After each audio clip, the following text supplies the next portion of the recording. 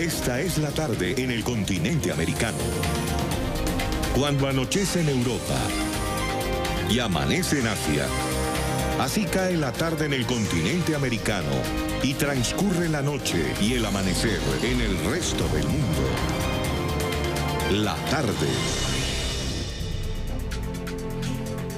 Hola, bienvenidos a la tarde de NTN 24, el canal de las Américas. Soy Idaña Chirinos. Como siempre, un gusto y un compromiso estar con ustedes cada día. Hoy vamos a tener un programa con varias entrevistas trascendentes. Cristian Zerpa, el magistrado desertor de Venezuela, estará con nosotros en vivo y directo desde la Florida.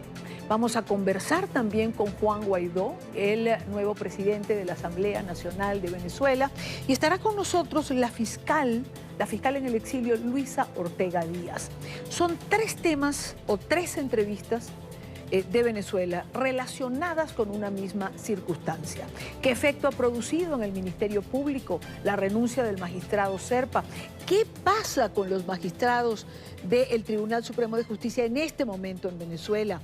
¿Qué pasa el próximo 10 de enero, que Nicolás Maduro va a juramentarse o pretende juramentar un nuevo periodo constitucional? Ese va a ser un tema desarrollado en el programa en distintas partes. Por ahora, comenzamos. Es noticia el pronunciamiento del Papa Francisco sobre la situación de Venezuela. El pontífice católico agradeció a Colombia por el apoyo que ha brindado al pueblo venezolano ante el éxodo masivo de ciudadanos que huyen de la crisis. Durante su discurso ante el cuerpo diplomático acreditado ante el Vaticano, dijo que espera que Venezuela pueda encontrar vías institucionales para resolver sus problemas.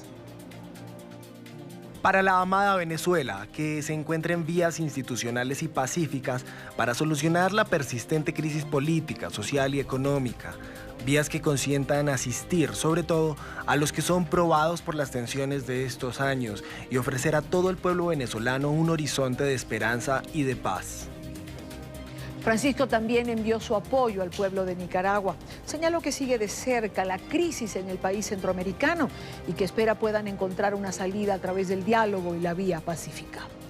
Recordemos que el Papa Francisco había hablado precisamente de estos dos países, Venezuela y Nicaragua, y había hablado de concordia, no había sido claro, específico. Le cuesta mucho al Papa Francisco pronunciarse en relación al régimen de Nicaragua y al régimen de Venezuela, a las víctimas, a las torturas, a los presos políticos.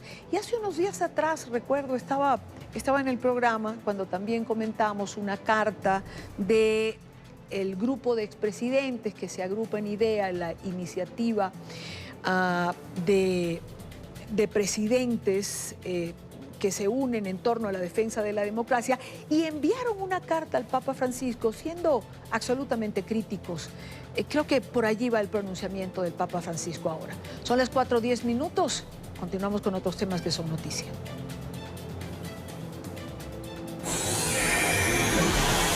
Es noticia la decisión del Colegio de Abogados de Lima, que ha suspendido por 4 meses al fiscal general peruano Pedro Chávarri.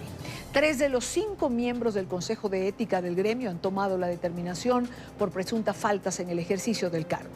Según el presidente del Colegio de Abogados, esto podría llevar a su destitución, ya que incumpliría uno de los requisitos para seguir al frente del ente investigador. Chávarri ha sido cuestionado por sus vínculos con una amplia red de corrupción judicial descubierta en las altas cortes. En los últimos días, miles de ciudadanos han marchado exigiendo su renuncia tras haber removido a los fiscales que investigan el caso Odebrecht en Lima, a los que nuevamente devolvió a sus puestos tras la presión social y política. Es noticia el despliegue de alrededor 300 efectivos de las fuerzas militares en la ciudad brasileña de Fortaleza. La medida de las autoridades ha tenido lugar en medio de la ola de violencia en los últimos días en el estado de Ceará. Los desórdenes han puesto a prueba la política en esta materia del nuevo presidente Jair Bolsonaro. Decenas de autobuses y bancos han sido quemados en múltiples ataques a la infraestructura y a la propiedad privada. Medios de comunicación locales informaron que bandas delincuenciales están detrás de los ataques en protesta por las nuevas medidas carcelarias respaldadas por el gobernador.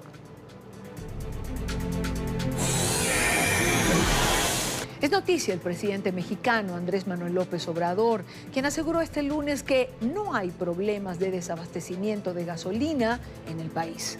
Según el mandatario, la falta de combustible que se registró este fin de semana en 7 estados de México tiene que ver con cambios en las rutas de distribución para evitar el robo de hidrocarburos. Afirmó que hay gasolina suficiente y aclaró que poco a poco se regulará su distribución en las nuevas rutas que se están implementando.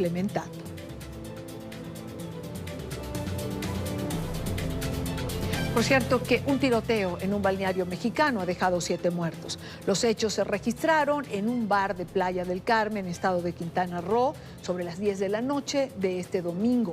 Según algunos testigos, 2 hombres con armas de alto calibre ingresaron al lugar y empezaron a disparar indiscriminadamente. Minutos después se dieron a la fuga. Las autoridades aseguraron que además de las víctimas mortales, hay un herido de gravedad. La Fiscalía inició una investigación sobre este altercado, del que se tiene la hipótesis está relacionado con el tráfico de drogas en la zona turística.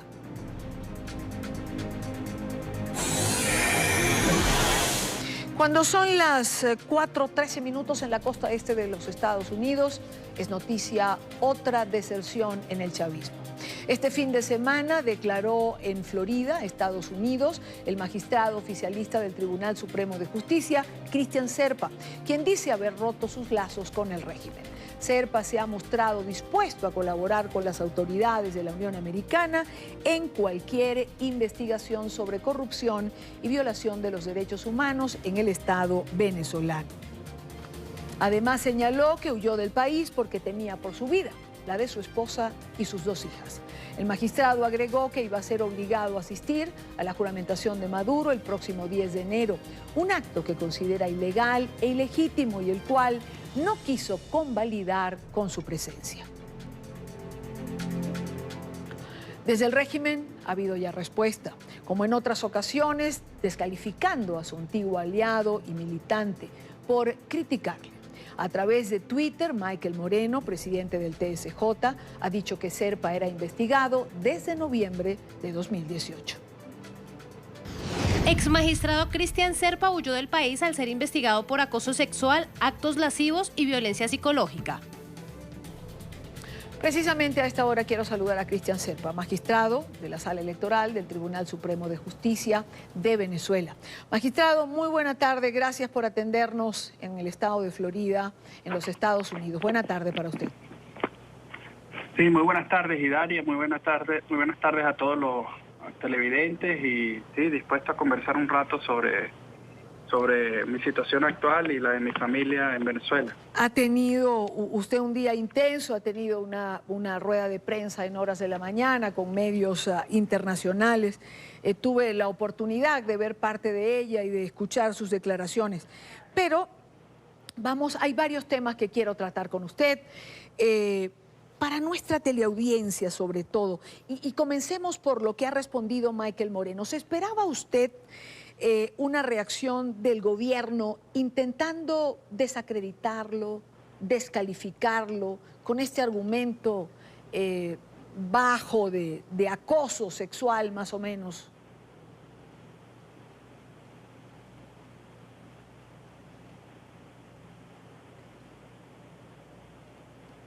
¿Me escuchó el magistrado? Magistrado Zerpa, ¿me escuchó?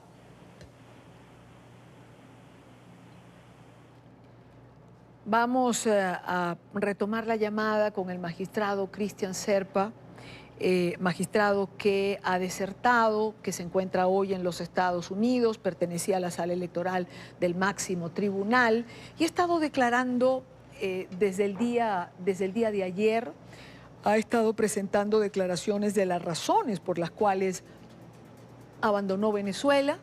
Hoy ofreció una rueda de prensa para los medios que hacen vida en el estado de la Florida, medios tanto de Estados Unidos, pero sobre todo medios hispanos.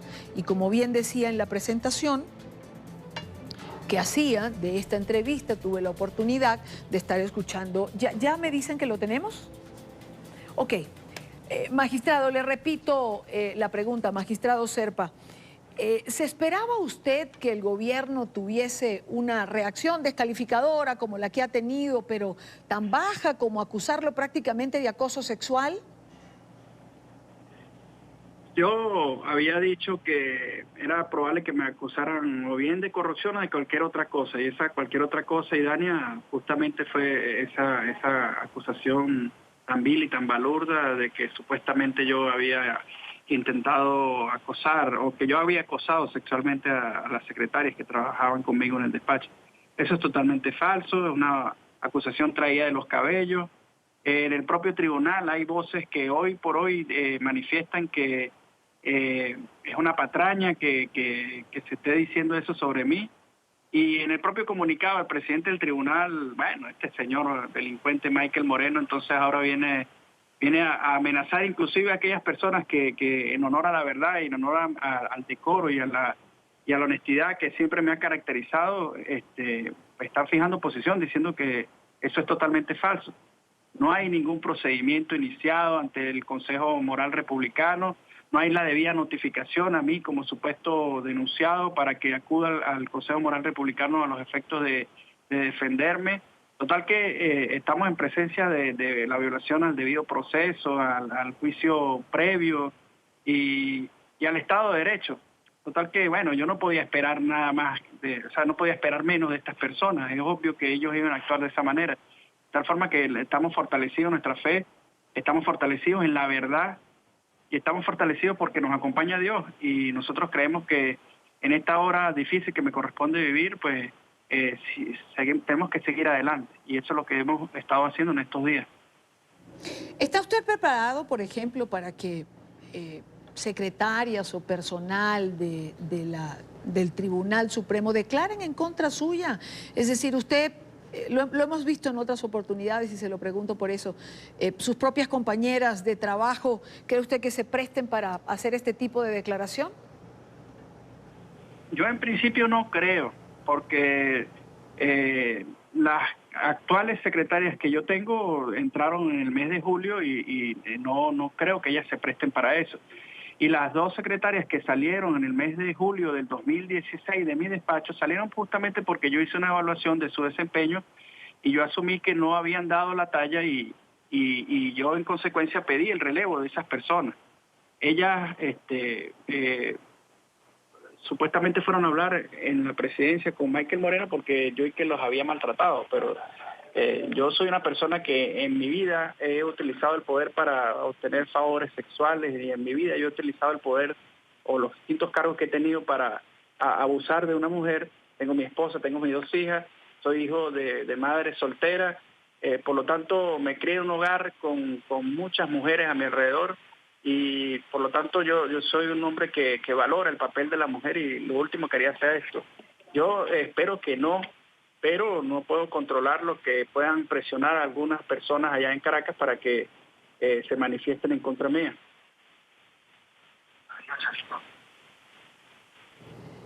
Tengo problemas en la comunicación con el magistrado Zerpa.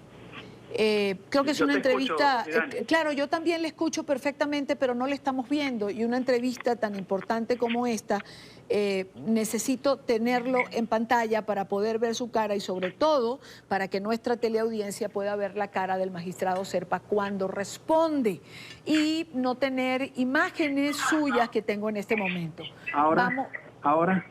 Vamos a ver, nuestro equipo de producción está trabajando en esto. Vamos a hacer una cosa, magistrado. Vamos a ir a un corte para que podamos simplemente cuadrar bien la imagen y podamos hacer la entrevista como corresponde, no perdernos su imagen ni sus gestos cuando estamos hablando de sus razones.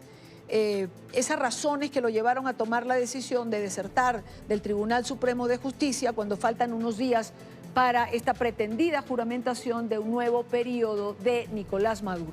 Hagamos un corte y ya regresamos con más en la tarde.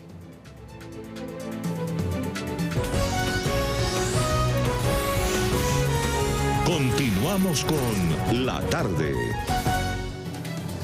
Son las 4:27 minutos en la costa este de los Estados Unidos. El magistrado Cristian Serpa se está moviendo de lugar para poder hacer la entrevista, dicho coloquialmente como Dios manda, y que podamos ver su cara, su expresión, y no perdamos detalle de lo que es esta conversación, de las razones que le llevan a irse de Venezuela y la posición que asume ahora desde los Estados Unidos. Mientras tanto, el régimen de Venezuela ha arremetido contra el Grupo de Lima y contra Juan Guaidó, el nuevo presidente de la Asamblea Nacional, único poder legítimo en manos de la oposición. Nicolás Maduro defendió su legitimidad en un acto público luego de que el Parlamento asegurara que sería un usurpador si asumiera un nuevo mandato presidencial el próximo jueves 10 de enero. El jefe de Estado llamó títere al presidente del Parlamento, a quien acusó de estar al servicio de los gobiernos de Estados Unidos y de Colombia que buscan, según él, desestabilizar a Venezuela. Maduro calificó las acciones del grupo como injerencistas y aseguró que quien respalde las declaraciones del bloque incurre en el delito de traición a la patria. Eso es lo que quieren, debilitar a Venezuela, dividir a Venezuela, para tomar el poder político a través de algún títere, como el Trail Guaidó, el títere este que pusieron al frente del grupo este de la Asamblea Nacional, el Trail Guaidó, es un títere. Esos son los dirigentes que ellos tienen y que ponen. Y que hoy recibe una llamada del presidente de Colombia para darle 2 palmaditas aquí y decirle, dale, derroca a Maduro, toma el poder. En Caracas nos acompaña Juan Guaidó, nuevo presidente de la Asamblea Nacional de Venezuela. Muy buena tarde, diputado. Gracias por acompañarnos. Bienvenido. Muy buenas tardes. ¿Cómo está? Saludos a todos los que nos ven. Igualmente saludos a usted y a quienes le acompañan en la Asamblea Nacional. Diputado, comencemos, hagamos referencia a lo que Maduro está señalando. ¿Títere de quién?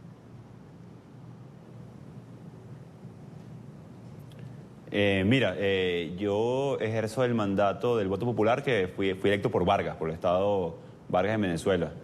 Yo me debo entonces al pueblo de Vargas, al pueblo de Venezuela, a mi conciencia, a Dios, para que entonces nuestras familias, nuestra gente pueda regresar a la frontera venezolana, podamos solventar la crisis humanitaria, podamos nosotros lograr, respeto profundamente la soberanía, y además lo hablamos así el sábado durante el discurso de instalación de la nueva Asamblea Nacional, cuando hay grupos irregulares cruzando nuestra frontera. Entonces, eso es un ataque sin ningún tipo de fundamento, porque no existe fundamento, sino simplemente nuestro objetivo, un Parlamento Nacional electo por 14 millones de venezolanos que me designaron a mí como presidente de la Asamblea Nacional. Y nosotros somos presidentes de la Asamblea Nacional, no de un grupo o de otro, sino de todos los venezolanos en este momento tan crítico del país. Y aparentemente por eso el ataque es por esa vía. Ahora, para mi definición de títere es alguien o un muñeco manejado desde una isla, por ejemplo.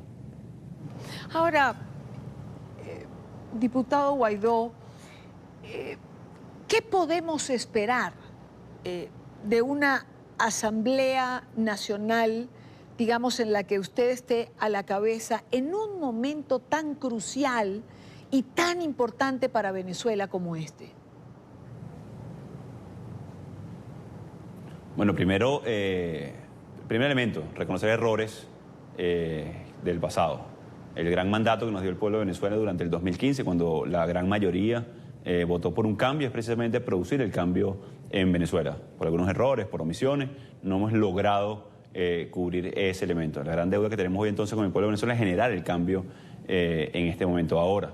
Generar expectativas es un elemento, pero generar esperanzas es lo que estamos... lo primero que queremos nosotros hacer. Claro que hay una oportunidad de un cambio político pronto en Venezuela. Ahora, ese manejo de cómo va a suceder los próximos días en Venezuela para lograr el cese de la usurpación a consumarse el próximo 10, para lograr un gobierno de transición, para lograr elecciones libres en Venezuela, esas tres fases, esos tres elementos, las condiciones necesarias, el reagrupar a todas las fuerzas de la unidad, el haber garantizado y mantenido el pacto parlamentario, fortalecido entonces la unidad y la unión de todos los factores. Hace minutos nos reuníamos con dirigentes estudiantiles, presidentes de Federación de Centros Universitarias, dirigentes juveniles de todo el país, con la Junta Directiva Nacional, para empezar entonces a articular con todos los factores que han asumido vanguardia en nuestro país por recuperar la democracia, restituir el Estado de Derecho hoy secuestrado o robado, para poder entonces, en definitiva, vivir mejor. ¿Qué pueden esperar de esta Asamblea Nacional entonces? Articular con todos los factores.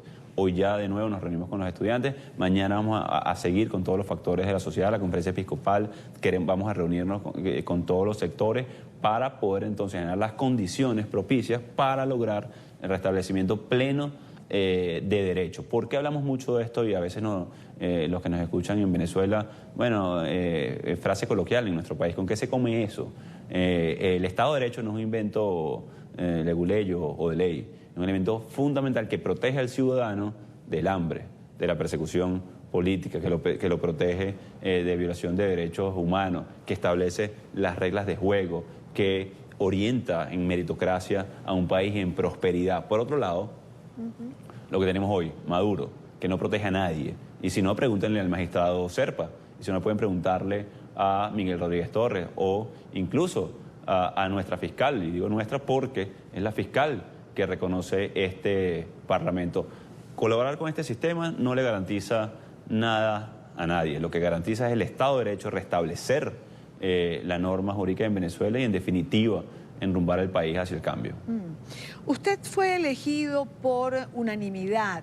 ¿Eso lleva implícito un mensaje a Nicolás Maduro? ¿Eso lleva implícito quizá un mensaje a los venezolanos, y a pesar de las diferencias, la oposición puede unificarse en torno a metas concretas? Bueno, yo creo que ese es el mensaje más importante de todo este proceso. Además, y por ahí empezamos nuestras palabras el sábado, recitando nuestro himno. Con patriotas fieles, la fuerza es la unión. Yo creo que ese es el elemento, y nos lo dice la gente en la calle en Venezuela, incluso en el mundo. Deben unirse. Nosotros entendemos ese mandato y creo que esa pequeña victoria que tuvimos el día sábado de coalicionar al Parlamento Nacional, de dar debate, por supuesto, porque para eso es el Parlamento Nacional, pero orientado precisamente en esas soluciones que está requiriendo el pueblo de Venezuela.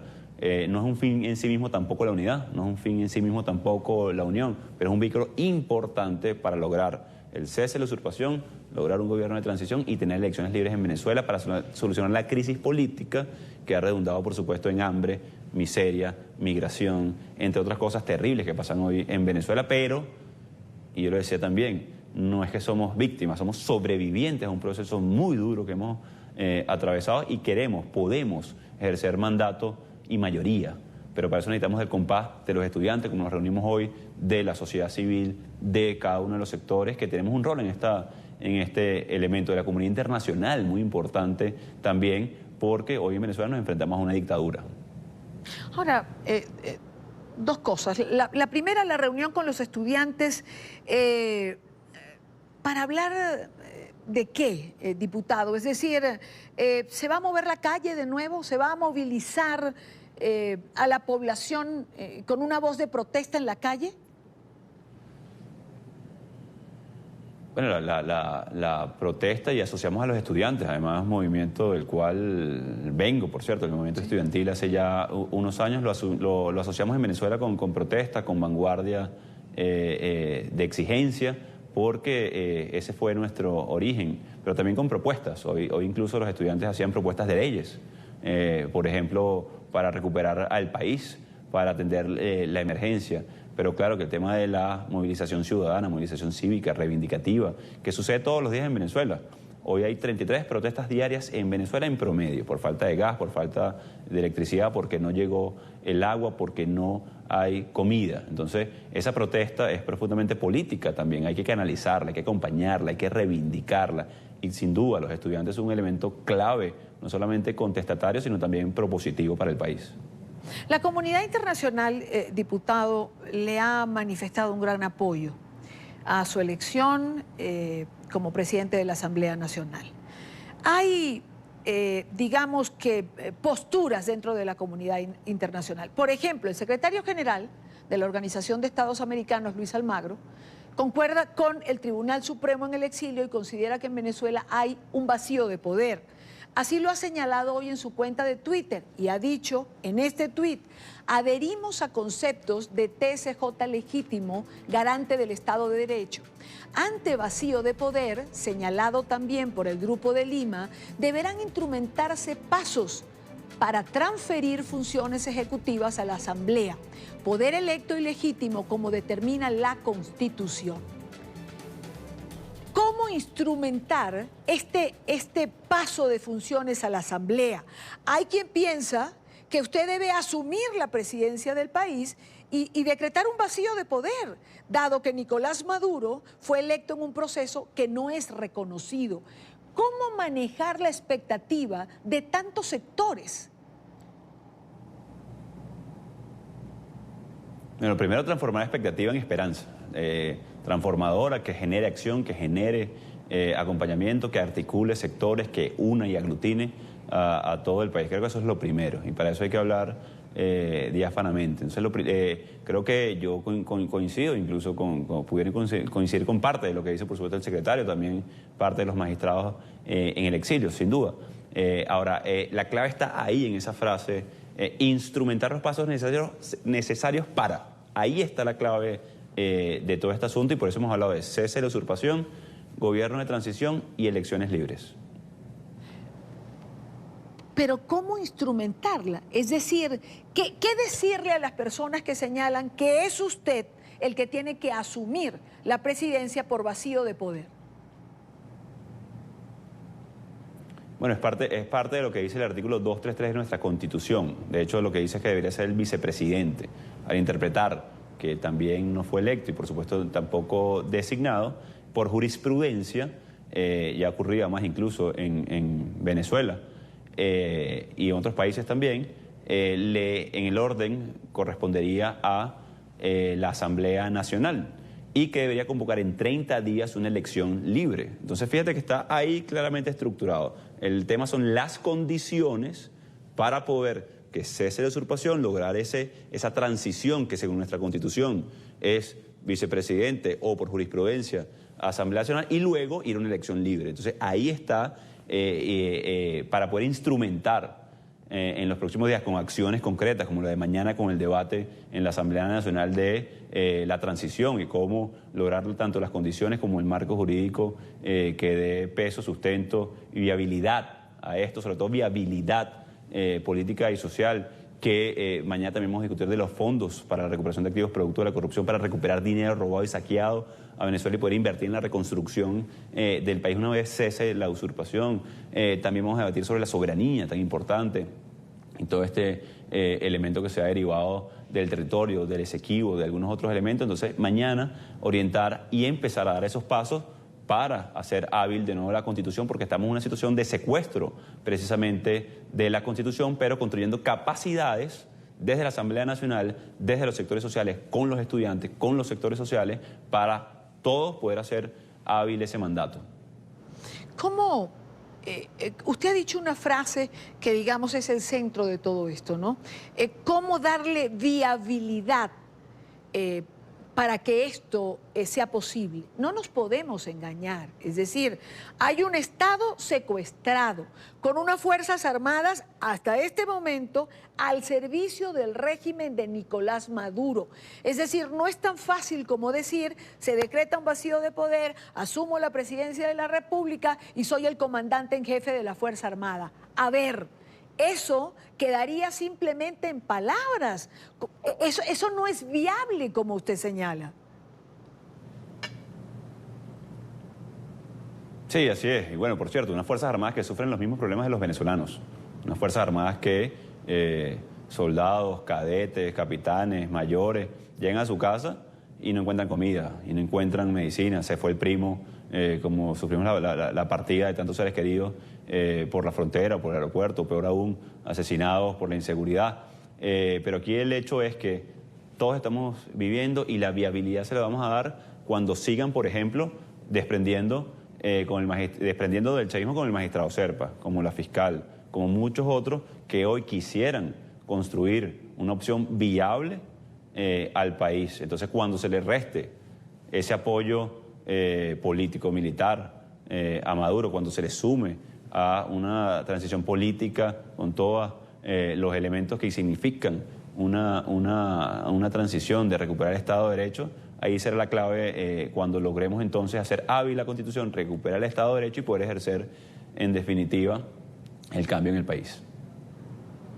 Okay. Diputado Guaidó, ¿qué va a pasar el próximo 10 de enero? Bueno, el próximo 10 de enero hay una situación de facto en Venezuela. Maduro va a ir al TSJ, si todavía tiene TSJ para el 10, porque bueno, ya Serpa desertó, cosa que por cierto celebro. Lamento que no haya hecho un mea culpa de todo lo que está pasando, porque hoy, por acción o omisión, como sociedad, todos somos corresponsables y tenemos derechos y deberes. Yo espero ver a Serpa también asumiendo parte de esa responsabilidad que daría pie entonces a un proceso no solamente de perdón, de transición, por lo menos en ese pequeño marco, sino de restablecimiento del orden. Entonces, sí, cuenta con los magistrados de aquí al 10 Maduro, va a ir a el TSJ a que de manera de facto y violando la Constitución, violando absolutamente todo, lo traten de juramentar. Y por otro lado estará el pueblo de Venezuela, la comunidad internacional, con un descontento muy importante, reuniendo, aglutinando, hablando de futuro, hablando de un plan país que tenemos y que hemos generado para lograr las condiciones para que cese la usurpación, para que logremos, por supuesto, ese gobierno de transición y una elección libre. Aquí hay un elemento importante que tú hablabas hace poco de los militares. Hay una peculiaridad en el mundo militar que conozco bien por tradición familiar, porque mis abuelos fueron militares. Para tener un general hace falta un coronel. Hay una cadena de mando, distinto en el mundo civil. Un joven de 35 años puede ser presidente del Parlamento Nacional por ser diputado electo. Ahí está la única condición. Hay muchas condiciones para ser general. Para ser comandante en jefe de las Fuerzas Armadas en Venezuela debe derivar del voto popular. Y esa cadena de mando está rota si llegase a consumarse esa juramentación, entonces el 10. ¿Van a decir que yo estoy llamando a una cosa u otra? No. Estoy simplemente diciendo las implicaciones jurídicas que tiene que ver con intentar de facto usurpar el poder el 10 de enero. Bueno, yo creo que va a juramentarse ante el Tribunal Supremo. Entiendo, y de eso vamos a hablar precisamente con la fiscal en el exilio, Luis Ortega Díaz, que más adelante va a estar con nosotros en el programa. Los magistrados del TSJ en Venezuela están prácticamente confinados en este momento. No sea que alguien decida desertar, como lo ha hecho el magistrado Cristian Serpa precisamente. Así es, bueno, y hay rumores extraoficiales, no hemos podido confirmarlo, que habían 2 magistrados o magistrados presos, por cierto, retenidos, sí, porque también intentaban salir del país. Es cierto, eso es lo que ha circulado, aunque eran 2 magistradas, mujeres, y una de ellas desmintió ayer que esto fuera así. Pero sabemos perfectamente el bloqueo de la información oficial y es muy, muy, muy complicado corroborar este tipo de información. ¿Es un reto para usted, diputado, a tener sobre sus hombros tamaña responsabilidad cuando hay tanta expectativa de los venezolanos, del pueblo, de los factores políticos, de la comunidad internacional? Y usted lo ha dicho, son 35 años, 35 jóvenes años. ¿Es un peso muy grande sobre sus hombros? Es un compromiso muy grande, un compromiso que asumimos hace muchos años de lucha, muchos años de trabajo, de sacrificio también familiar y personal, pero muy enfocado en el futuro de nuestro país, muy enfocado en mi hija, en los hijos de mis amigos, de mis hermanos, de mi gente en La Guaira, en Venezuela, recuperar ese abrazo en familia que nos regalaban esos diciembre todos juntos en Venezuela. Aquí lo importante es que dimensionamos ese reto, asumimos el compromiso, también los riesgos que hoy implica en Venezuela ser oposición. Sabemos lo que pasó con Freddy Guevara, Leopoldo López, Julio Borges, Fernando Albán, mi hermano y diputado Juan Requesens. Hoy en Venezuela sabemos también cuáles son no solamente los riesgos, asumimos el compromiso, dimensionamos el reto y nuestro rol, en definitiva, como presidente del Parlamento Nacional hoy en Venezuela, ante la necesidad de la unión de los factores, de todos los factores, no solamente partidos políticos, no solamente Parlamento Nacional, sino todos los factores, es poder entonces aglutinar una propuesta viable de cambio para el país, no en 10, 15, 20, sino lo más pronto posible para que definitivamente podamos vivir en libertad, rescatar incluso nuestra segunda independencia, vivir en democracia y proteger al ciudadano que quiere vivir en paz a través de un Estado de Derecho, no de un invento, sino algo que le toca el estómago. Hoy lo tenemos más claro que nunca, que no le roben el dinero de las arcas de la nación, sino poder definitivamente vivir felices en nuestro país. Juan Guaidó es el nuevo presidente de la Asamblea Nacional de Venezuela. Diputado, gracias por atendernos. Buena tarde.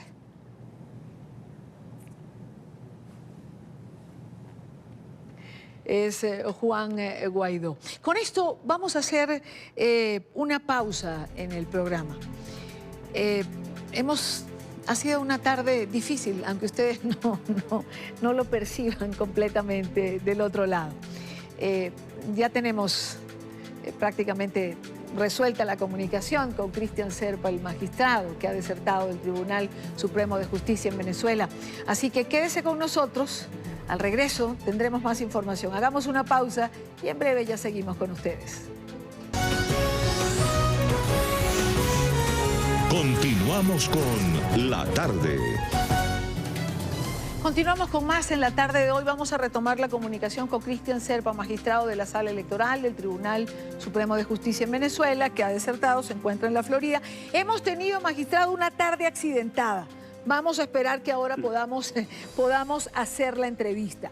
Habíamos hablado de la respuesta del régimen de Nicolás Maduro en relación a las acusaciones de acoso en procesos abiertos. Eso lo dejamos, ya usted lo respondió. ¿Qué lo lleva a tomar la decisión no solo de salir de Venezuela, sino de distanciarse finalmente de un credo revolucionario en el cual usted participaba, con el cual usted hizo vida desde sus tiempos de estudiante? Sí, Dania, básicamente yo llegué a la determinación de apartarme del camino que había seguido en estos últimos 18 años, justamente al ver que ni siquiera en Venezuela yo le podía garantizar un mejor futuro a mis hijas. El nivel de deterioro, el nivel de colapso institucional que hay en Venezuela me ha hecho pensar a mí y a muchos funcionarios de alto nivel de que no le podemos garantizar a nuestras hijas ni siquiera un futuro digno, adecuado con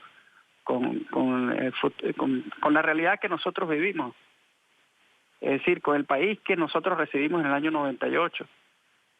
Y eso de verdad que me hizo reflexionar porque el nivel de colapso, el nivel de deterioro, no solo de la calidad de vida, sino el colapso institucional que hay en Venezuela, la corrupción, la improvisación, la falta de organización, la falta de planificación, me conllevó a llegar a primero una gran conclusión, y es que el gobierno de Maduro es el peor gobierno que ha tenido Venezuela en toda su historia republicana.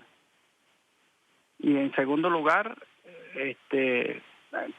al llegar a esa conclusión, yo me dije a mí mismo y a mi familia que no podía seguir acompañando esa situación y que tenía que dar un paso al frente, a una costa de los señalamientos de que fue muy tarde, de que pudo haberlo hecho antes.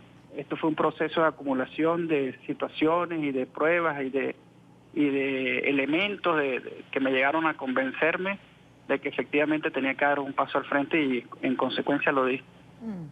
Claro, ahora, señor Serpa, usted tiene que entender que la gente puede pensar que por qué tardó tanto tiempo. Yo revisaba su hoja de vida y Es decir, usted llegó a ser viceministro de Relaciones Presidenciales con Hugo Chávez, ocupó cargos en PDVSA, trabajó con Tarek El Aizami en el Ministerio de Relación de Interior y Justicia, fue diputado en el 2010, miembro de la Comisión de Política Exterior y llega a la sala electoral del Tribunal Supremo de Justicia. Es decir, hay una cantidad de años que median en su vida política dentro del chavismo para llegar a este punto. La gente le puede reclamar o decir, bueno, ¿por qué tardó tanto tiempo? Y yo le pregunto lo mismo, ¿no? ¿Por qué tanto tiempo? El colapso de Venezuela no es de ayer. Claro, pero en lo que respecta al gobierno de Hugo Chávez, pues uno veía que habían cosas negativas, pero que igualito la gente seguía respaldando al presidente Chávez. Y entonces uno sentía que de una u otra forma las cosas no estaban tan mal como se decía en algunos medios de comunicación. Y uno concedía el beneficio de la duda de que la situación en Venezuela iba a mejorar. Pero con la llegada de Maduro, y con esto no quiero justificar a Chávez, Chávez cometió muchísimos errores y el principal error que cometió fue dejarse manipular por Fidel Castro. Pero en lo que respecta a Nicolás Maduro, en el 2013, cuando él va a la candidatura para sustituir a Hugo Chávez, nosotros no teníamos ningún elemento que nos permitiera decir hay un escándalo que salpica a Maduro. Y por lo tanto uno le concedió también el beneficio de la duda.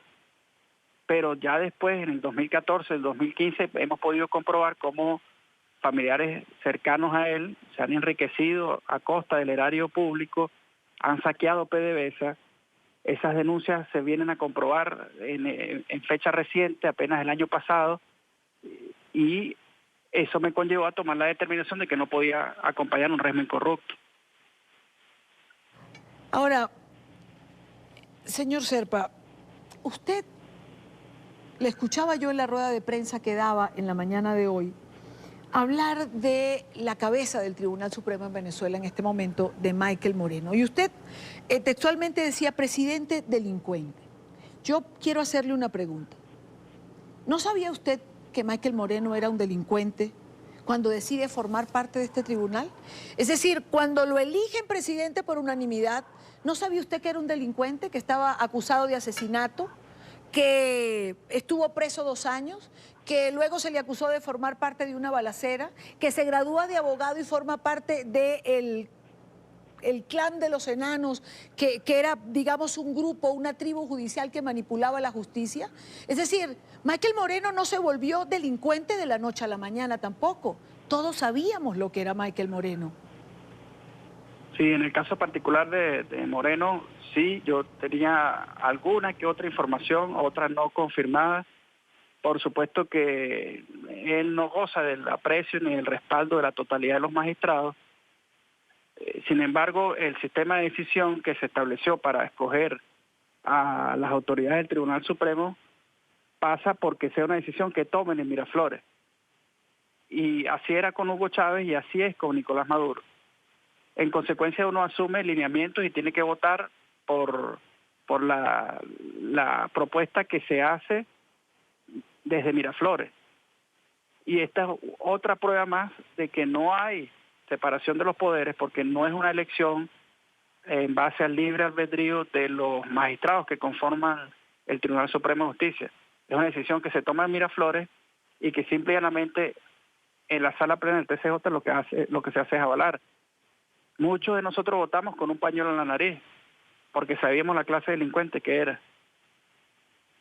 Sin embargo, empezó ese proceso de distanciamiento a lo largo de estos 2 años que él tiene en el ejercicio de su cargo como presidente del tribunal.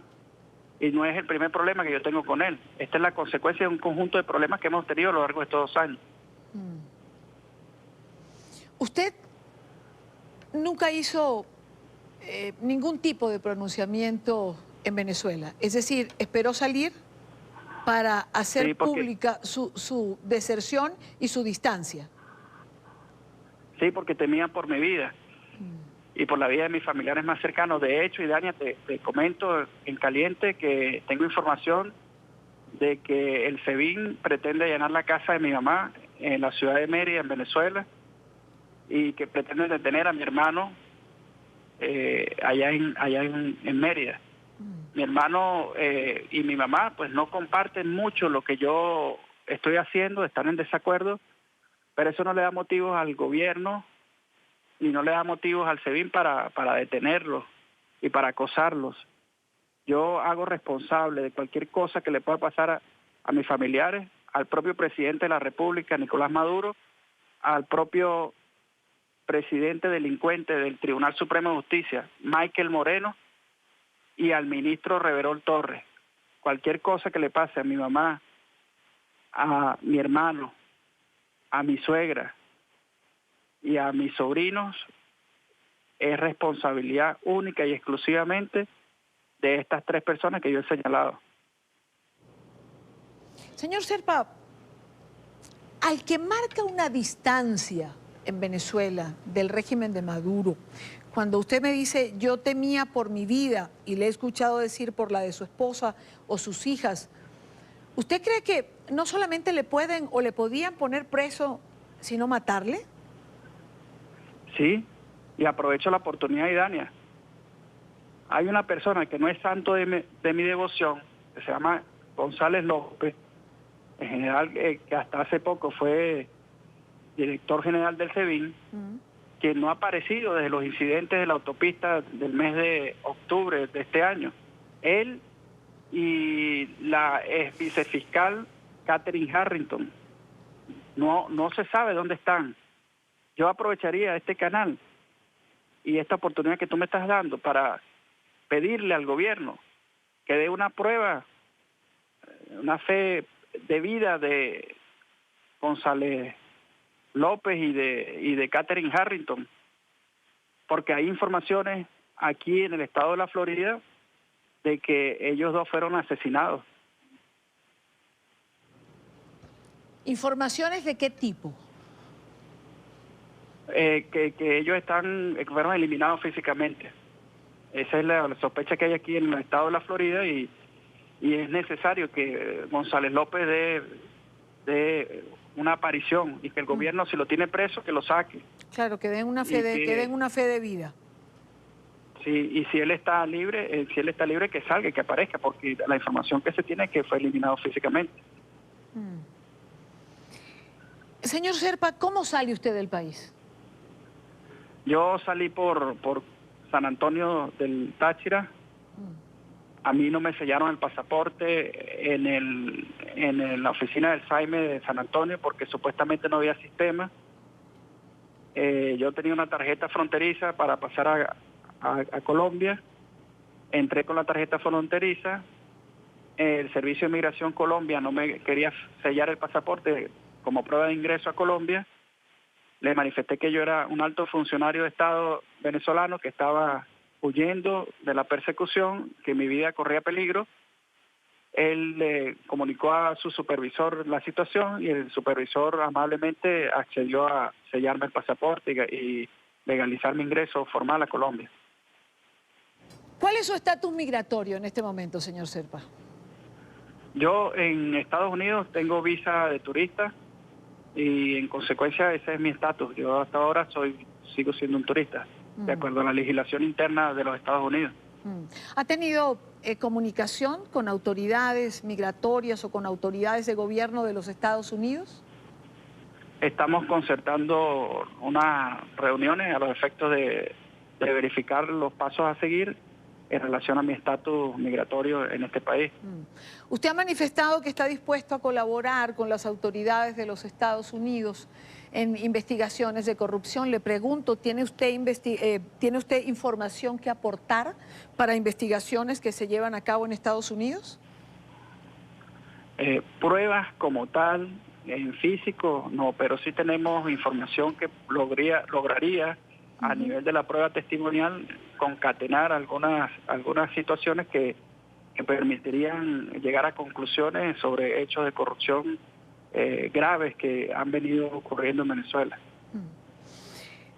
Estando usted en la sala electoral del Tribunal Supremo de Justicia, tengo 2 preguntas que me gustaría hacerle. La primera de ellas tiene que ver con el proceso electoral no reconocido a nivel internacional, tampoco por la oposición venezolana, que lleva a Maduro a pretender juramentarse el próximo jueves 10 de enero. ¿Son creíbles esos resultados? No, no fueron unas elecciones que se hayan organizado en base a al respeto y a la preservación de los principios de integridad electoral. No fueron unas elecciones justas, libres, competitivas. Fueron unas elecciones donde se inhabilitaron algunos partidos políticos, se inhabilitaron algunos dirigentes políticos, no participó la verdadera oposición de Venezuela. Por lo tanto, son unos procesos electorales espurios, no son legales, y hoy por hoy Nicolás Maduro está finalizando su mandato que culmina el 10 de enero. Es decir, él hasta el 10 de enero es presidente constitucional. Después de esa fecha, él es un presidente usurpador de la presidencia de la República. Y es bueno recordar que, de acuerdo a las disposiciones constitucionales, toda autoridad usurpada es ineficaz y sus actos son nulos a partir del 10 de enero. Artículo 138 de la Constitución de la República Bolivariana de Venezuela. Usted ha dicho, sin embargo, que Maduro gana esas elecciones, que no había garantías para la oposición, pero que de alguna manera gana porque la oposición no participa, porque no se va a votar, porque no había el número suficiente de venezolanos participando. Por eso es que le preguntaba que si los resultados eran creíbles.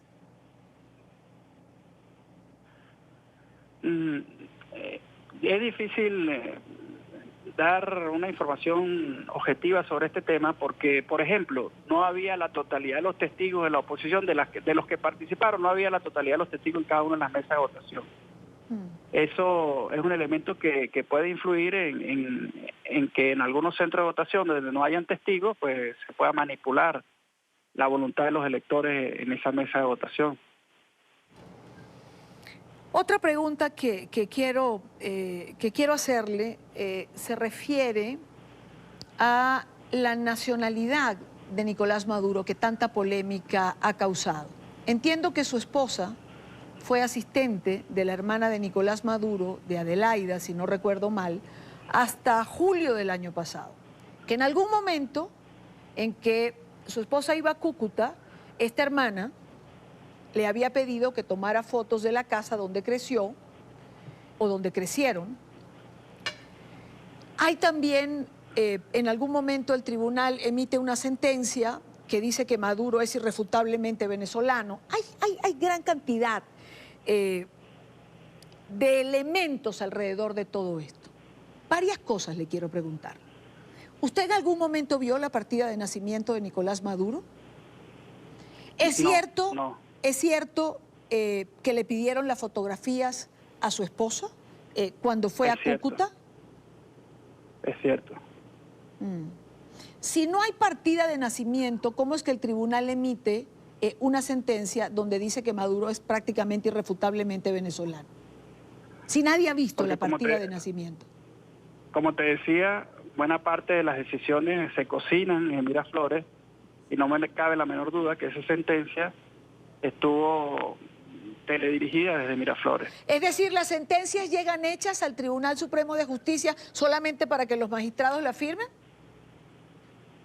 En algunos casos sí, en otros casos se elaboran con el apoyo, con la revisión previa que hacen en Miraflores algunas personas. Y otra pregunta, señor Zerpa, quiero hacerle sobre la cabeza de la Sala Electoral del Tribunal Supremo. Entiendo es la magistrada Fanny Manríquez, a quien se asocia frecuentemente a Diosdado Cabello. ¿Es así? Fanny Márquez. Fanny Márquez. Ella viene de trabajar en el CNA y obviamente está vinculada al hermano de Diosdado Cabello. Y es una mujer cercana a Diosdado Cabello. Pero la presidenta de la Sala Electoral se llama Indira Alfonso, quien es del equipo de Gorrín, del equipo que Gorrín en definitiva es el jefe de varios magistrados allí. Gorrín es el jefe de Michael Moreno, Gorrín es el jefe de Indira Alfonso también, y otros magistrados que fueron parte de ese grupo. Es decir, lo que nos queda claro es que ningún reclamo electoral hecho por algún venezolano puede tener una resolución a favor del pueblo venezolano. Yo, Idania, antes de que surgiera esta idea de salir de Venezuela, tuve un incidente en el caso de las elecciones de la Federación de Centros de la Universidad de Carabobo. Allí se pretendió que decidiéramos una sentencia, decidiéramos acordar una acción de amparo a la parte que había perdido las elecciones. Se planteó en el proyecto de sentencia que había que decidir in limine litis, es decir, con lo que está en el expediente hay que decidir de una vez porque es suficiente plena prueba para decidir. A nosotros nos pasa en la sentencia, que es de la magistrada Indira Alfonso, para que le hagamos observaciones. Nosotros hacemos observaciones porque nos parecía un exabrupto que una acción de amparo no concediera la posibilidad, de que las partes fueran al contradictorio y expusieran sus opiniones en el contradictorio. Nos parecía que esto era lo más garantista, que era necesario que escucháramos ambas partes. Así hicimos las observaciones y yo no había terminado de llegar a mi casa ese día cuando ya la sentencia estaba publicada, sin la firma de ninguno de los magistrados. A mí se me ofrecieron unos golpes, el vicepresidente de la sala electoral me amenazó de muerte porque yo no firmé esa sentencia. Tú puedes revisar en el portal web de la sala del Tribunal Supremo de Justicia, ahí queda constancia de que yo esa sentencia no la firmé, justamente porque me oponía a la pretensión de desconocer el triunfo del verdadero ganador de esa elección. Señor Zerpa, una última pregunta. ¿Qué espera usted que su posición o sus declaraciones puedan producir en otros funcionarios del régimen de Venezuela? Así como yo pienso, y te lo decía al principio de la entrevista, hay muchos funcionarios, servidores públicos, ciudadanos que saben que el colapso institucional es definitivo, que no comparten la forma en que se ha dirigido el país en estos últimos años y que lamentablemente no sé por qué razón no toman una decisión, quizás también es porque temen por ser perseguidos o temen por sus vidas y no han tomado la decisión de separarse del gobierno. Algunos sí, hay otros que lo manifiestan a través de los medios de comunicación, a través de las redes sociales, han asumido posturas críticas, pero no dan el paso. Pero yo con esta actitud lo que he pretendido es que es necesario aportar un granito de arena, un sacrificio por Venezuela, por el futuro de los niños y niñas de Venezuela, de los hijos e hijas de todos los venezolanos que hoy lamentablemente han tenido que emigrar o que han tenido que separarse de sus familiares o que viven el día a día de la gran crisis de servicios públicos, económica que vive Venezuela. Entonces lo que queremos es aportar un granito de arena. Hoy me sacrifico yo, mañana pudiera sacrificarse otro. Y creo que lo que se vaya a decidir en Venezuela pasa indefectiblemente por considerar a factores internos dentro del chavismo, que no acompañan a Nicolás Maduro, que están descontentos con Nicolás Maduro, pero que el diseño que se ha previsto para garantizar el control del poder evita que esas personas puedan opinar. Gente honesta, gente decente, que bueno, tiene una opción política, pero que no comparten lo que está pasando en Venezuela. Total que yo espero que este paso que yo hoy doy al frente sirva como un elemento que permita sensibilizar a mucha gente que piensa igual que yo y que lamentablemente no ha podido asumir su posición de manera pública. Quizás no tienen las ventajas que yo tuve.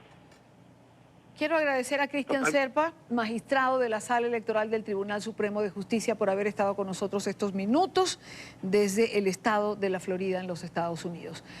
Gracias, señor Serpa, por estar aquí, por compartir con nosotros sus razones, su motivación y lo que en este momento está planteando en relación al régimen de Venezuela. Gracias y buena tarde para usted. Gracias a ti. Son en este momento las 5:17 minutos en la costa este de los Estados Unidos. Y ha sido un programa intenso, accidentado en comunicaciones, pero finalmente logramos hablar con el magistrado Serpa. Quiero saludar en este momento, nos acompaña en nuestro estudio Luis Ortega Díaz, fiscal general en el exilio de Venezuela. Fiscal, buena tarde. Hola, Idania, ¿cómo estás? Buenas tardes, feliz año. Feliz año también para usted. Yo comenzaría preguntando, porque no puedo ni quiero obviarlo en este momento. El magistrado Serpa lleva el fin de semana declarando, hoy ha hecho una rueda de prensa en la mañana, ha conversado, usted lo escuchó, ya le voy a preguntar su opinión. Como otros funcionarios ha salido y asume una posición. Yo entiendo que el régimen de Venezuela acosa, encarcela y mata. Y el miedo es libre, por decirlo de alguna forma coloquial, el temor, sobre todo la familia. Pero, porque no voy a olvidar el día en que usted hizo una rueda de prensa, lo conversaba en estos días con una de nuestras corresponsales que estaba de visita aquí. Usted hace una rueda de prensa para denunciar lo de Pernalete, el joven que muere por el impacto de una bomba lacrimógena en el pecho. Recuerdo que le cortaron la luz en el Ministerio Público, que hubo que cambiar la sede de la rueda de prensa, pero usted dice que a Pernalete lo mata una bomba lacrimógena disparada por un funcionario de la Guardia. Entre ese momento y el momento que usted decide salir de Venezuela, median 3, 4 meses, 5, no estoy segura cuánto, pero media un tiempo. ¿Qué hizo usted con su temor o con su miedo? Sí. Claro, esto es un problema difícil de explicar porque cada quien hace sus evaluaciones y tiene sus prioridades. Para mí la prioridad no era mi vida ni mi familia, para mí la prioridad era Venezuela, los venezolanos, lo que estaba pasando, millones de venezolanos en el país. Y no solamente cuando me pronuncio sobre el caso de Pernalete, antes, en el mes de marzo, cuando me pronuncio contra las decisiones que emitieron todos los magistrados del Tribunal Supremo de Justicia, que suscribieron todos los magistrados, donde disolvían o cambiaban la forma republicana que nos dimos en la Constitución, donde había una ruptura del orden constitucional, dándole todos los poderes de la Asamblea a Nicolás Maduro. Entonces, claro, esa es mi referencia. A mí no me importó, yo sabía las consecuencias que asumía, pero tenía que hacerlo desde el poder y desde Venezuela. Y yo no comencé allí antes, ya en el 2016. Yo enfrenté también al gobierno cuando pretendieron que yo iniciara una investigación en el caso el referéndum revocatorio que estaba solicitando la oposición, que los tribunales de control, sin solicitud del Ministerio Público, iniciaron una investigación y paralizaron, ordenaron al Consejo Nacional Electoral, el ente rector, que suspendiera el referendo. Entonces, yo siempre los enfrenté. Lo que pasa es que mucha gente no tuvo la visión de captar las posturas que yo estaba asumiendo. Yo recuerdo, hay un periodista que yo siempre digo, él siempre fue agudo. Y en el 2015, cuando el Consejo Moral Republicano salió a apoyar a Maduro por una posición que había asumido Obama, yo no fui a esa rueda de prensa porque yo les dije, mira, mi función es como fiscal, no es ni miembro del Poder Ciudadano, es ayudar a Nicolás Maduro y pronunciarme a favor de Nicolás Maduro. Entonces, vuelvo y te repito, ya eso es la postura de cada quien y cuáles son tus valores y cuáles son tus aspiraciones. Yo aspiraba la mayor suma de felicidad para los venezolanos, y en función de eso fue que me pronuncié, y en función de eso fue que tomé todas esas acciones, y sabía que el riesgo era que me iban a perseguir, que me iban a encarcelar, que me podían matar y que me podían destituir del cargo y que podían asaltar militarmente, como efectivamente lo hicieron al Ministerio Público.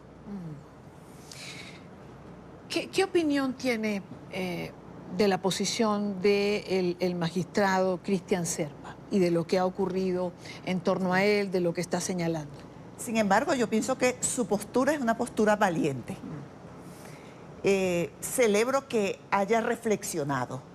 Para reflexionar y tomar estas decisiones, no importa cuándo ocurran. Lo importante es que contribuyan, fortalezcan lo que la salida de esta pesadilla que está viviendo Venezuela. Y fíjate que la situación del doctor Serpa es la situación también de muchos abogados, y les digo abogados porque para mí muchos de ellos no son magistrados, son abogados que están en el Tribunal Supremo de Justicia de Venezuela. Están siendo perseguidos. Les pusieron vigilancia, escoltas. ¿Esto a partir de la deserción y de las declaraciones de Serpa? No, de antes. Ok. Ya vienen haciéndole una marcación. Ok. Y le tienen prácticamente un confinamiento. Muchos viven en Fuerte Tiuna. Porque, ¿qué es lo que están buscando? Que asegurarle la juramentación a Nicolás Maduro. No quieren que ningún magistrado se vaya para que puedan juramentar a Maduro. Pero yo quiero advertir a esos magistrados, a todos, a los abogados, los que son y no son magistrados, pero que algunos están usurpando el cargo de magistrados en el Tribunal Supremo de Justicia. Que eso no es una irregularidad. Si ellos juramentan a Maduro, eso es un delito y serán procesados por ello. Porque Maduro no es presidente, para mí no es presidente de Venezuela. Y el 10 de enero se ratifica que efectivamente él no es presidente. Y pretender hacer alguna juramentación para que Maduro continúe ocupando el cargo de presidente es incurrir en delito, cometer un delito, y pueden ser procesados. Claro que ellos están a tiempo de reflexionar y de negarse a ejecutar esa acción. Ellos pueden perfectamente negarse, exigir condiciones de legalidad para una elección transparente. Los magistrados todos saben que esas elecciones que se realizaron en el mes de mayo son inconstitucionales, porque la Constitución claramente dice que la elección debe realizarse en el plazo de 6 meses antes de que se produzca la toma de posesión. Es decir, fue extemporánea. Es inconstitucional. Además, la forma como el Consejo Nacional Electoral manejó la elección también es ilegal. Y ellos lo saben y están a tiempo de reflexionar. Y así como este magistrado se fue, ellos pueden fijar posición como cuerpo. Ahora, pero si estaban marcados con anterioridad a este momento, como se marca un jugador de fútbol, ¿qué será ahora, después de la deserción de...? Pero es que no es un problema de miedo, tiene que ser un problema de libertad. Tú sabes, yo estaba oyendo lo que narraba el magistrado Serpa, y él decía que todas las sentencias se las imponen desde Miraflores. Que llegan listas solo para firmar. Sí, pero y que las publican sin la firma. También. O sea que el nombre de ellos aparece en una sentencia que ni siquiera han leído. Es el camino a la libertad, no es el camino al miedo. O sea, van a ser libres. Tú sabes lo que significa poder decir y hacer lo que tú quieres. En el marco de la ley, claro está. Claro. Entonces, yo creo que sería una decisión trascendental para este grupo de abogados y magistrados que quedan en Venezuela, que están en el Tribunal Supremo de Justicia, asumir una posición histórica para que los libros de Venezuela, de historia de Venezuela, estén sus nombres, que sean abogados de la dignidad, dignos. Están todavía a tiempo, pero también debo advertirles que si actúan de otra manera, si juramentan al tirano, si convalidan la usurpación que viene ejecutando Nicolás Maduro y ellos convalidan esa acción, también la historia lo juzgará. Evidentemente, es una circunstancia, es una encrucijada para muchos definitiva, lo que está planteado para el 10 de enero. ¿Cuál tiene que ser, fiscal, el papel de la Asamblea Nacional? ¿Cuál tiene que ser el papel de Juan Guaidó, el nuevo presidente de la Asamblea Nacional? Un muchacho joven, 35 años, y le ha tocado esta coyuntura, como usted señala, histórica. Sí, un momento histórico importante, que si todos los factores políticos y sociales entienden, concientizan el momento histórico que se vive, probablemente se produzca una fractura, una solución a toda la crisis que vive Venezuela. Aunque yo creo que no es un problema nada más del presidente de la Asamblea, sino de todo el cuerpo. Yo felicito al nuevo presidente, al diputado Juan Guaidó. Fíjate que habló de usted, por cierto, en la entrevista que hacíamos hace unos minutos atrás. Hacía referencia a usted como la fiscal de Venezuela. Sí, fíjate que el discurso de él fue un discurso bien interesante.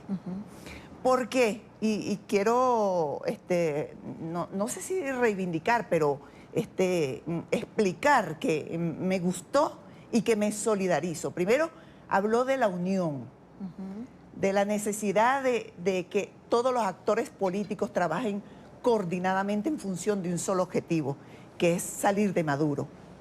Además, tú no puedes hacer planes de otra cosa si no sacas a Maduro. O sea, lo que vaya a venir después, claro, es requisito sine qua non que Maduro no esté en el poder.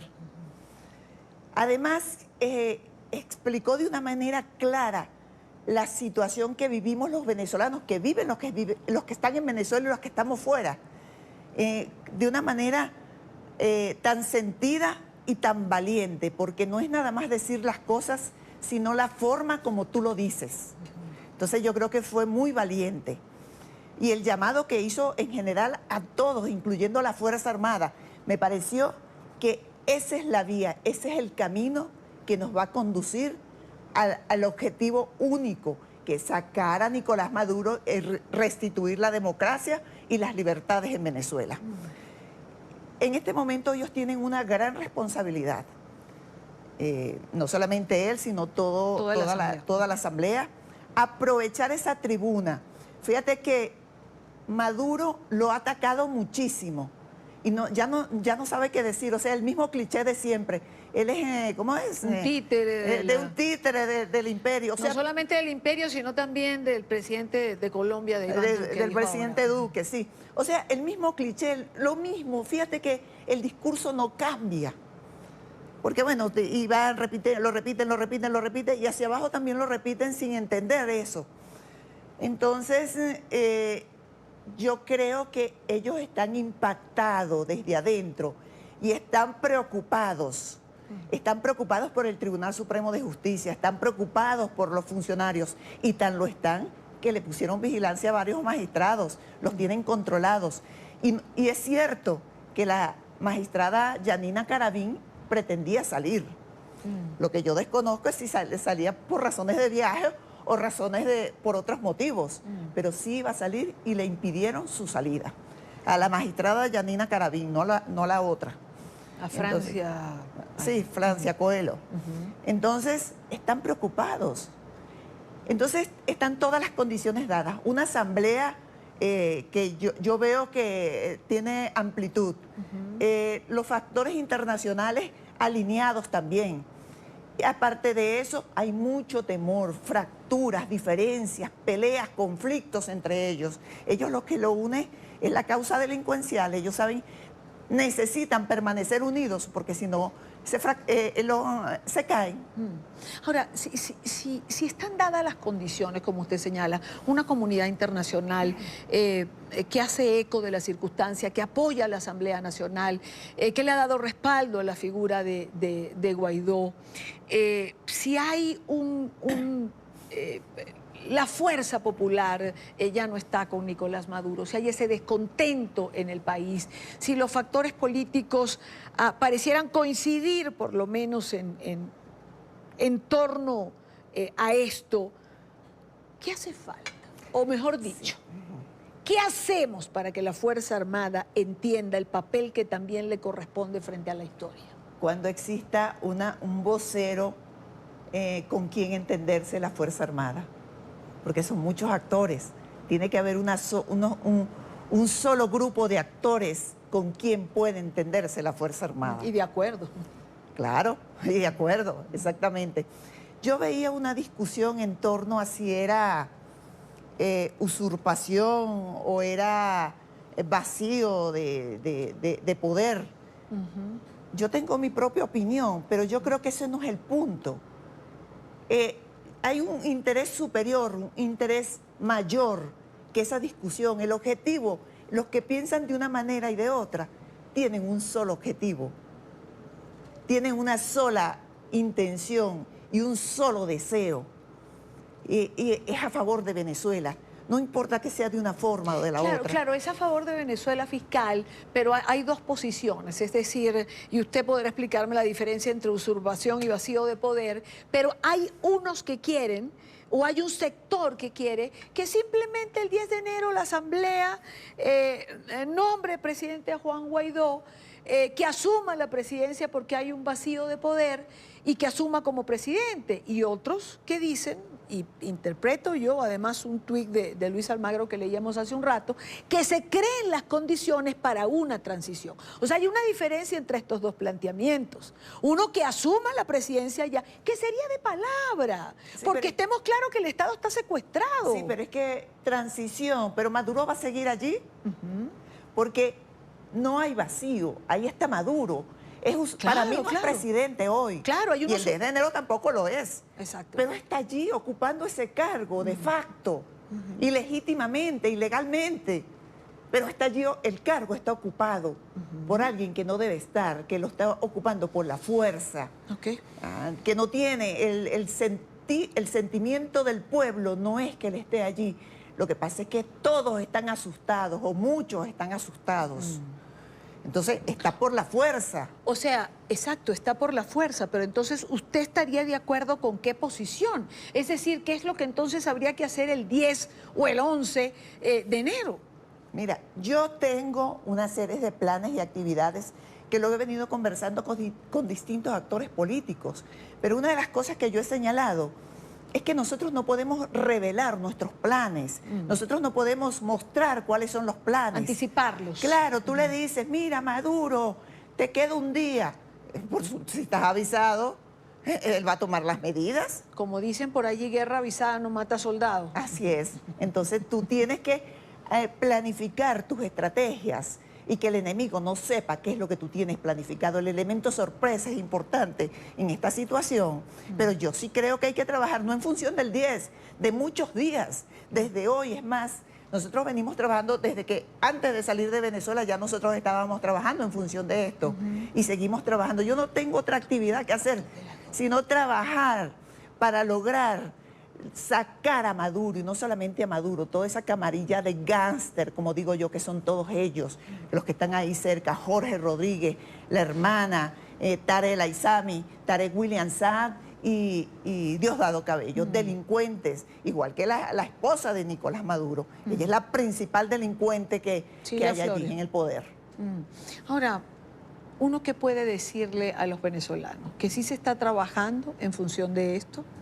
¿Que sí hay una estrategia, sino de todos los factores, de muchos de los factores políticos de Venezuela, de adentro y de afuera? Sí, se está trabajando, estamos trabajando. Yo articulo todos los días, diariamente, las 24 horas del día, con los distintos factores sociales y políticos. Yo me comunico con todos en función de ese objetivo. Y mira, yo creo que aquí tú no puedes detenerte a ver, no es que el que se venga ahorita del chavismo que está ya con Maduro, tú no puedes aceptarlo porque es responsable. Mira, alguien en 1464, un militar del ejército napoleónico, dijo, al enemigo que huye, puente de plata. O sea, tú tienes que tender puentes para que agrupar las fuerzas, para sumar aliados. Y es más, yo oí una vez a Carlos Andrés Pérez, yo era muy joven, 16 años, en un discurso, en un programa de televisión, y dijo Carlos Andrés Pérez, hay que saber manejar la política de alianza. Es eso, hay que saber manejar la política de alianza en función de los objetivos que tú tengas. Bueno, sin alianzas creo que no habrá una salida, eso ha quedado demostrado, no porque lo digamos nosotros, sino porque es lo que demuestra la historia hasta ahora, y porque sin alianzas tampoco se podrá reconstruir Venezuela. Sí, y fíjate, el encuentro se llama el de Yalta, donde reunió al presidente de los Estados Unidos, Roosevelt, a Stalin y a Churchill. O sea, Stalin, enemigo de estos dos, se reunieron en función de sacar a Hitler, en función de derrotar el nazismo.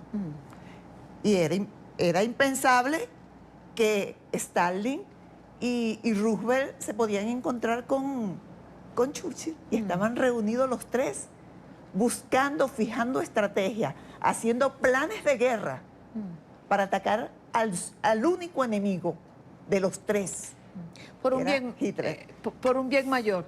Ahora, con este Hitler criollo que tiene América Latina, que es Nicolás Maduro, que es a lo que usted refiere, ahora que usted menciona este ejemplo, no puedo obviar los factores internacionales, porque, a ver, ahí tenemos a una Rusia pretendiendo tener una base en Lorchila, tenemos a China y tenemos a Irán con intereses en Venezuela, es decir, Maduro no está solo. Mira, hay que ver la geopolítica.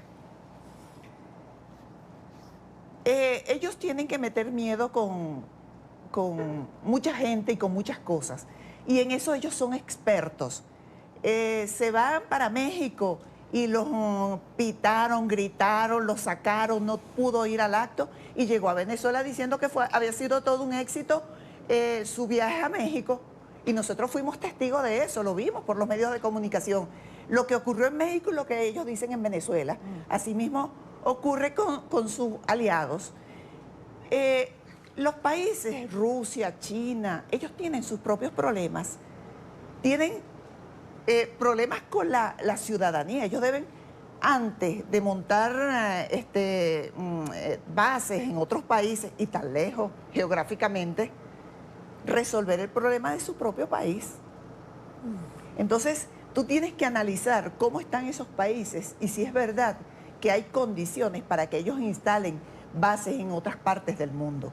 ¿O cuál es la prioridad de esos países? Eso es para Maduro, que la prioridad no son los venezolanos. La prioridad de Maduro es mantenerse en el poder, y ha usado los recursos de los venezolanos, de todos nosotros, para mantenerse en el poder, no para garantizar la felicidad y el bienestar de los venezolanos. Estos países, estos presidentes de esos países piensan en sus ciudadanos, piensan en el bienestar de los suyos, y antes de tirarse aventuras como esa, bueno, piensan en resolver sus propios problemas. Ahora, fiscal, una última cosa, que me tengo que ir al corte. A los venezolanos, ante el 10 de enero, ¿qué decirles? Los venezolanos tienen también que desde adentro avanzar en las luchas. Yo sé que ha sido terrible, y sobre todo la represión que ha habido contra los venezolanos, contra los que protestan. Pero hay que empezar a hacer los reclamos, o continuar haciendo los reclamos, porque no empezar, ofrezco disculpas, porque hay todos los días en Venezuela más de 100 manifestaciones en todo el país. Sí. La gente reclamando por el agua, por el transporte, por los alimentos, por la salud, contra la inseguridad. Eso es todos los días. Lo que hay es que agrupar todas esas manifestaciones, todos esos descontentos, y transformarlos en una sola gran protesta, en una sola gran manifestación. Pues es Luis Ortega Díaz, fiscal general de Venezuela en el exilio. Fiscal, como siempre, gracias por acompañarnos. Va a ser una semana noticiosa, una semana importante, una semana para muchos decisiva, aunque cuando uno dice decisiva o nombra la palabra decisión, todo el mundo piensa, ya, Maduro tiene que caer. No, hay cosas que también significan un punto de quiebre y creo que esta semana es una de esas circunstancias y uno de esos momentos. Sí, esperamos que la libertad esté cercana y la alegría para los venezolanos. Ojalá, ojalá ya sí sea. Yo sé que está cerca. Gracias por estar aquí como siempre. Gracias a ustedes. Vamos rápidamente a la pausa. Ya regresamos, quédese con nosotros, que aún tengo información para compartir con ustedes.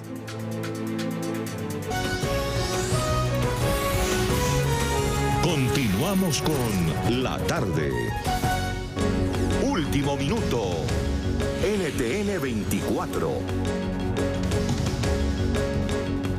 Mucha atención, el gobierno de Guatemala ha dado por terminado el mandato de la Comisión Internacional contra la Impunidad, la CICIG, en el país y ha establecido, oigan bien, un plazo de 24 horas para que todos sus miembros se retiren y dejen de operar en la nación centroamericana. Así lo anunció la ministra de Relaciones Exteriores, Sandra Jovel, luego de reunirse con el secretario general de la Organización de Naciones Unidas, Antonio Guterres. El gobierno de Jimmy Morales ha mantenido una tensa relación con el organismo, que ha adelantado varias investigaciones contra personas cercanas al mandatario por presuntos hechos de corrupción. Morales ha acusado a la CICIG de montar un sistema de terror dentro de Guatemala y de amenazar la paz de la nación. Esta es noticia en desarrollo. 24 horas tendrían entonces los funcionarios extranjeros de la CICIG para abandonar Guatemala, dado que el gobierno de Morales da por terminada la relación.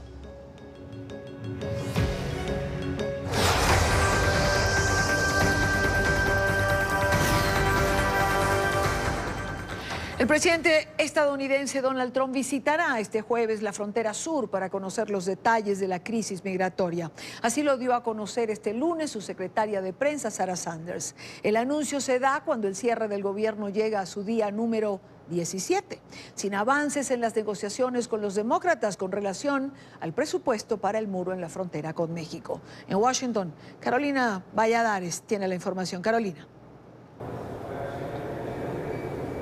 ¿Qué tal? Buenas tardes. Desde el Capitolio de los Estados Unidos, en un callejón sin salida, se encuentra ahora mismo tanto el presidente Donald Trump como el Partido Republicano ante esa insistente negativa de los demócratas, que desde el pasado jueves ya controlan la Cámara Baja del Congreso de los Estados Unidos y que se niegan insistentemente a incluir esos 5.000 millones de dólares que el presidente necesita para cumplir con esa principal promesa de campaña, que es la construcción de ese muro en la frontera con México.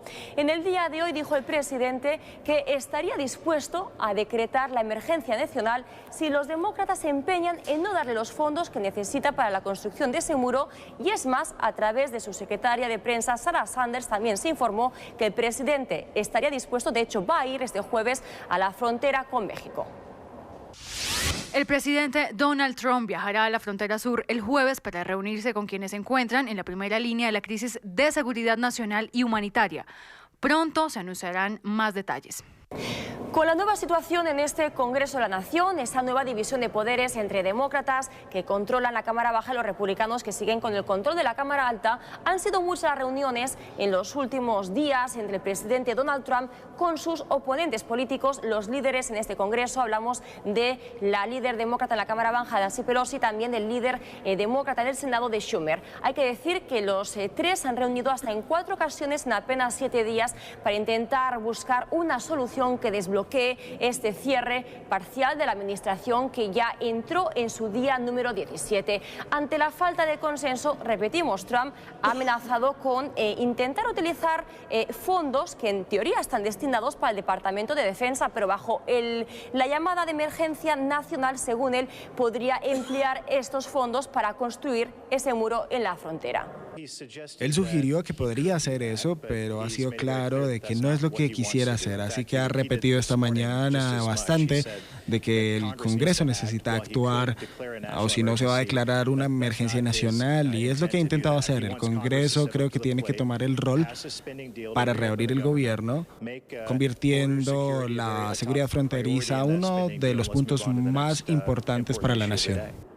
El presidente Donald Trump dice, por lo tanto, tener la potestad de emplear esos recursos para el Departamento de Defensa en construir su promesa de campaña, que es ese muro, pero dentro del Partido Republicano, como acabamos de escuchar, hay quienes sugieren que se trata más bien de una estrategia política, que en realidad el presidente no quiere llamar a la emergencia nacional.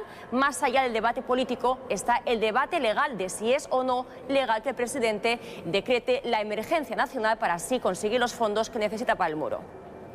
El caso legal no es claro. Es claro que él puede declarar una situación de emergencia en la frontera y en ese caso podría ordenar a las Fuerzas Armadas a actuar. Y bajo un reglamento es posible, si las Fuerzas Armadas están en la frontera, pueden usar fondos del Departamento de Defensa para construir cualquier cosa que sea necesario para apoyar a las Fuerzas Armadas. Pero en este caso es bastante claro que el Congreso, que es la parte del gobierno que puede designar el uso de fondos del contribuyente, ellos han decidido que no quieren dar eso, y esto tendría que terminar en las Cortes, donde yo creo que sería muy difícil que la Corte Suprema decida que el presidente Trump de veras tiene una situación de emergencia en la frontera y que él puede apropiar plata de los contribuyentes, a pesar de lo que muy claramente el Congreso ha dicho que no está interesado en poner este muro. A través de su portavoz en la Cámara Baja, Nancy Pelosi, el Partido Demócrata, desde que tomó posesión de esa Cámara Baja el pasado jueves, ha insistido que lo suyo aquí es legislar, que quiere desbloquear esa situación de cierre del gobierno federal. Sin embargo, entre sus propuestas de leyes no figura ninguna ley de presupuestos que incluya esos 5.000 millones de dólares que necesita Donald Trump para financiar su muro. Por lo tanto, habrá que ver cómo se llega a desbloquear esta situación de diálogo estancado que vive ahora mismo la nación entre el presidente y los líderes políticos demócratas de este Congreso. En el mediodía del día de hoy, Donald Trump se reunió con Mike Pence, quien, hay que decir, el vicepresidente, ha tomado un papel principal destacado en estas negociaciones. Desconocemos a qué acuerdos llegó el presidente con el vicepresidente y tampoco si en los próximos días, como ha sido usual en la última semana, se va a seguir reuniendo también con los líderes demócratas de este Congreso. Este es el reporte por ahora desde Washington. Carolina Valladares para NTN 24. Gracias, Carolina, gracias por la información. Revisemos un poco el efecto que tiene el cierre del gobierno dentro de la Unión Americana. La falta de presupuesto ha llevado al cierre de 9 ministerios: el de Agricultura, el de Hacienda, Sanidad, Seguridad Nacional, Interior, Justicia, Estado, Transporte y Comercio, afectando así a un 25% de los trabajadores públicos, es decir, 800.000 funcionarios en total o aproximados. La mitad de ellos trabaja sin sueldo porque hay puestos críticos y de responsabilidad ante la seguridad nacional. De igual forma, hay una larga lista de museos, monumentos y parques que se encuentran cerrados por la falta de fondos. Entre ellos se encuentra el Museo y el Zoológico de Washington y el monumento a Lincoln. La Estatua de la Libertad, por ejemplo, es otro monumento que tendría que estar cerrado. Sin embargo, este se mantiene abierto al público gracias a que el gobernador decidió asumir los costos con fondos del Estado. Fíjense que según la prensa local, cada día que los parques nacionales de la Unión Americana permanecen cerrados, se pierden alrededor de $400.000 solamente por entradas que no se están cobrando. Con esto vamos a la pausa, regresamos en breve con más información.